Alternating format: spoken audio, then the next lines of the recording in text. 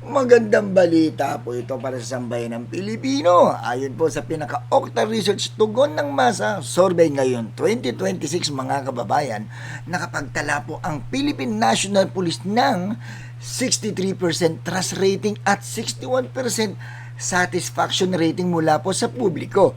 Ibig sabihin, mas maraming Pilipino ngayon ang nakakaramdam ng seguridad, kaayusan at mabilis na serbisyo mula sa ating kapulisan. Malaki ang pasasalamat po ng PNP sa pamumuno po ni PNP Chief General Jose Melencio Nartates Jr.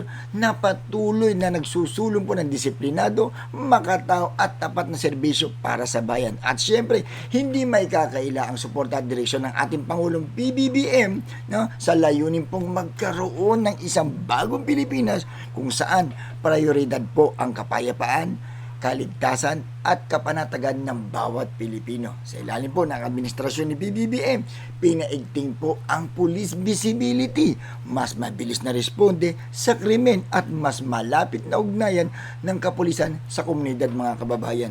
Sa gitna po ng batikos at hamon, patuloy ang ipinapakita ng pamahalaan na ang tunay na serbisyo ay hindi po puro salita, kundi aksyong ramdam ng mamamayan. Ito ang bagong PNP, bagong Pilipinas.